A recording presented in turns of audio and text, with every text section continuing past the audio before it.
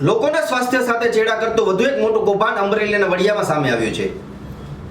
ત્યારે વિદ્યાર્થી નેતા યુવરાજસિંહ જાડેજાએ દૂધમાં ભેળસેળનું નેટવર્ક પકડવાનો દાવો કર્યો અને ત્યારબાદ જે થયું કોઈ ફિલ્મી ડ્રામાથી ઓછું નથી. ત્રણ જગ્યાએ ગાડીઓ આતરવામાં આવી, પથ્થરમારો થયો અને જીવલેણ હુમલાના પણ આરોપ લાગ્યા છે. શું છે આખું પ્રકરણ, જુઓ અમારા અહેવાલમાં.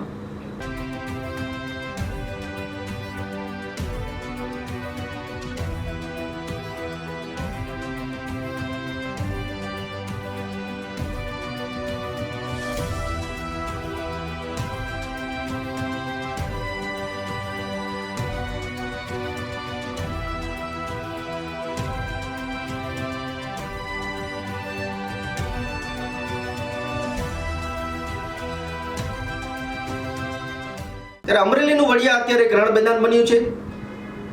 એક તરફ યુવરાજસિંહ જાડેજાનો ગંભીર આરોપ છે કે હનુમાન ખીજડીયાની દ્વારકેશ ડેરીમાંથી નીકળેલું આ દૂધ બાયડ અને બાલાસિનોરની સહકારી ડેરીઓમાં જઈ રહ્યું હતું. પણ ચોંકાવનારી વાત તો એ છે કે પ્રાથમિક રિપોર્ટમાં દૂધનો બીપટેલો, પ્રાણીઓની ચરબી અને શેમ્પૂની ભેળસેળ હોવાનો દાવો કરવામાં આવ્યો છે. ત્યારે યુવરાજસિંહનો દાવો છે કે અમે જ્યારે આ કૌભાંડનો પીછો કર્યો ત્યારે વડિયા, અમરનગર અને ખીરસરામે 3 સ્થળોથી અમારી ગાડીઓ રોકવામાં આવી, લોખંડના પાઇપ અને પથ્થરો વડે હુમલો કરી મારા સાથીદારને ઢોર માર મારવામાં આવ્યો છે. તો બીજી તરફ ટેન્કર ચાલક સંજય આહિરનું કંઈક અલગ જ બચાવ છે. મારું નામ સંજય આયર છે. હું દ્વારકાધીશ ડેરીમાં ટેન્કર ચલાવું છું. ત્યારે યુવરાજભાઈ અને એના 2 લોકો અન્ય શખ્સો જ્યારે મારી પાછળ આવ્યા ને અત્યારે ખોટા આક્ષેપો એવો લગાવે છે કે મારી ઉપર હુમલો કરવામાં આવ્યો. તો મારું કહેવાનું એટલું છે કે હુમલો કરવાની અમારી કોઈ ગણતરી હતી નહીં. અમારે ટૂંકમાં એને ઊભા રાખી એને પૂછપરછ કરવાની હતી કે ભાઈ શા કારણે અમારી પાછળ આવો હો તમે અને શા કારણે તમે અમને હેરાન કરો છો.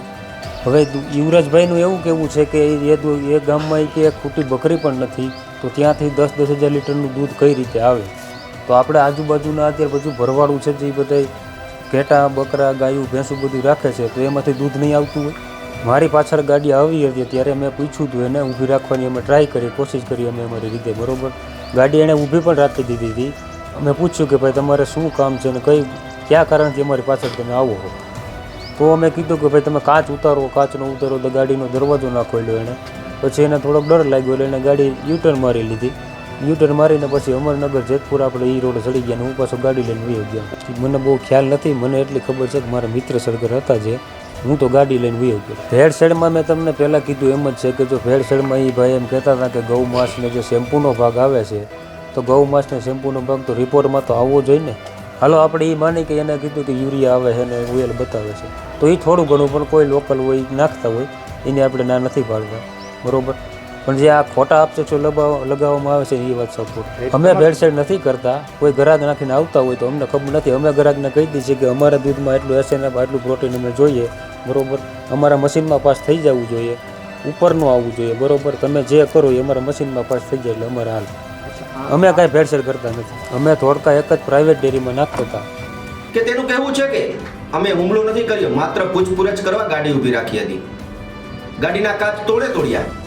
તે સવાલ પર ડ્રાઈવર હાથ ઊંચા કરી દીધા અને કહ્યું કે હું તો જતો રહ્યો હતો, પાછળથી મિત્ર વર્તુળે કંઈક કર્યું હોય તો ખબર નથી. સૌથી વિવાદાસ્પદ નિવેદન તો ત્યારે આવ્યું જ્યારે ડ્રાઈવરને ભેળસેળ વિશે પૂછવામાં આવ્યું તો ડ્રાઈવરે બેધડક કહ્યું કે મશીનમાં પાસ થઈ જાય એટલે અમારે ચાલે. સવાલ તો એ થાય છે કે મશીનમાં પાસ થઈ જાય એટલે ઝેર પીવડાવવાની છૂટ મળી જાય?